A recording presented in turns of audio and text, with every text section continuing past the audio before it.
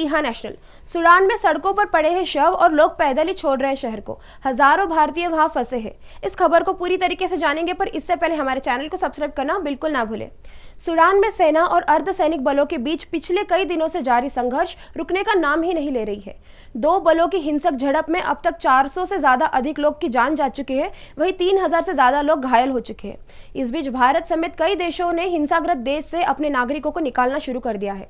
जानकारी के मुताबिक सऊदी अरब की सुरक्षा में पहली बार सूडान से करीब 91 लोगों को सुरक्षित बाहर लाया गया है, जिसमें कुछ भारतीय भी शामिल है। अब जानते हैं कि सूडान में जारी हिंसा की वजह क्या है। ये हिंसक घटनाओं की जड़ 3 साल पहले हुए तख्तका पलट पे जुड़ी हुई है। दरअसल अप्रैल 2019 में एक विद्रोह के बीच सैन्य जनरलों द्वारा लंबे समय से शासन कर रहे निरकुंज शासक उमर अल बशीर को सत्ता से बेदखल कर दिया गया था। तब से सेना में एक संप्रभु परिषद के माध्यम से देश चल रहा है। सेना और आरएसएफ राष्ट्रपति उमर अल बशीर के शासन के समय से चल आ रही है। ताजा झड़प की वजह यह है कि सूडान की सेना का मानना है कि आरएसएफ अर्धसैनिक बल के तहत आती है और उस सेना में शामिल नहीं किया जाना चाहिए। अब ये जानते हैं कि सूडान में अभी क्या हो रहा है। अर्की की देश सूडान में सेना और अर्धसैनिक बलों के बीच 15 अप्रैल से हिंसा की घटनाएं हो रही है। राजधानी खार्तूम समेत देश के कई हिस्सों में विस्फोट, गोलीबारी की घटनाएं हो रही है। सूडान राजधानी से हजारों निवासी अपनी जान बचाकर भाग गए हैं। यहाँ लोगों ने सड़क पर पड़े शवों के भयानक दृश्य देखे हैं।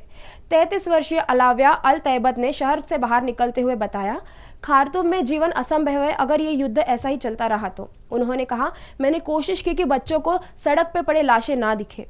देश विदेशों की राजनीतियों पर भी हमला किया गया। संयुक्त राष्ट्र के सहायता कर्मियों के खिलाफ भी यौन हिंसा की खबर आ रही है।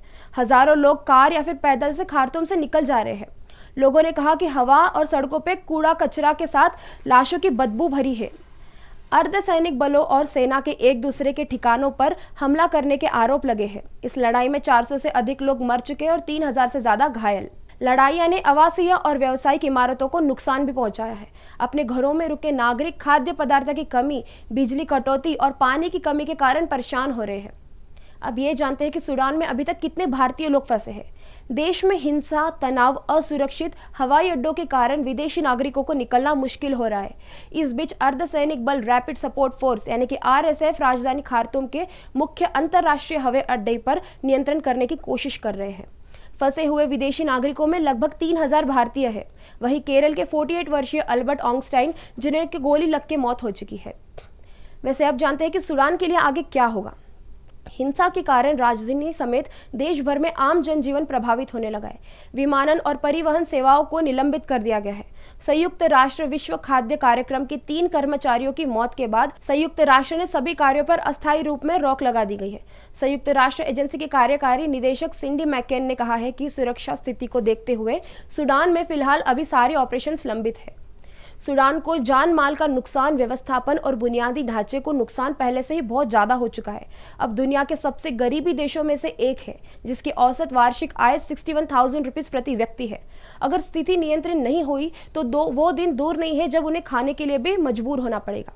हिंसा समाप्त करने के लिए सूडान पर कूटनीतिक दबाव भी पड़ रहे हैं।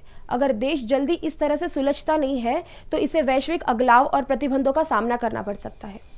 ऐसे ही कुछ विश्व की न्यूज़ जानने के लिए जरूर देखते रहे ईहा नेशनल।